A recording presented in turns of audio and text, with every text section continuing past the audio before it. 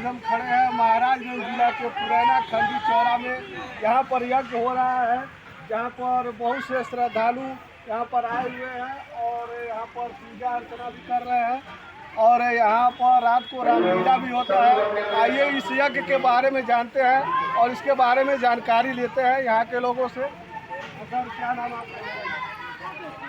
क्या नाम है सर? तो पहले चैनल आप लोग को नमस्कार बोलते हैं।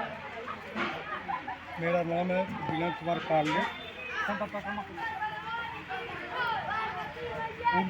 बबलू भैया प्रधान पुरैना का मेरा ग्राम सभा पुरैना खंडी चौरा है। जब को हर साल 6 साल में लगातार 6 साल से करा रहे हैं।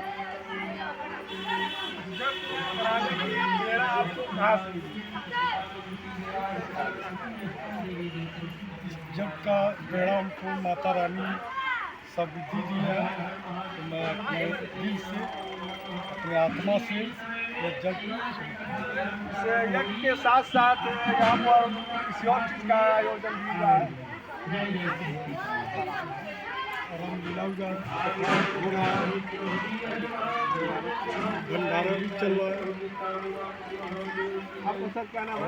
सर, मेरा नाम आचार्य ईश्वर चंद्र दुबे है और यह श्री 17 महाजग का आयोजन हुआ है।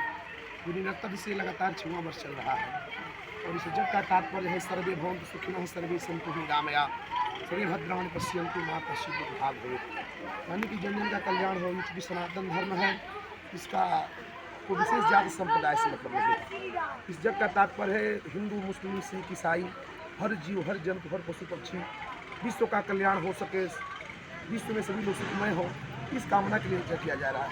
और चूँकि इस ग्राम सभा के प्रधान माननीय विनय कुमार पांडे जी, छोटू उपाध्याय त्रिपुरारी के सानिध्य में यह यज्ञ चल रहा है। उनका तात्पर्य है कि हमारे गांव, क्षेत्र, नगर विश्व का कल्याण हो सके, इस ग्राम सभा के जन जन का कल्याण हो सके, इसलिए यज्ञ किया जा रहा है। और माता रानी की असीम कृपा है कि जिसके द्वारा यह यज्ञ चल रहा है। और तो ये बोले यहाँ लगभग 11 ब्राह्मण आए हैं वैदिक कर्म के।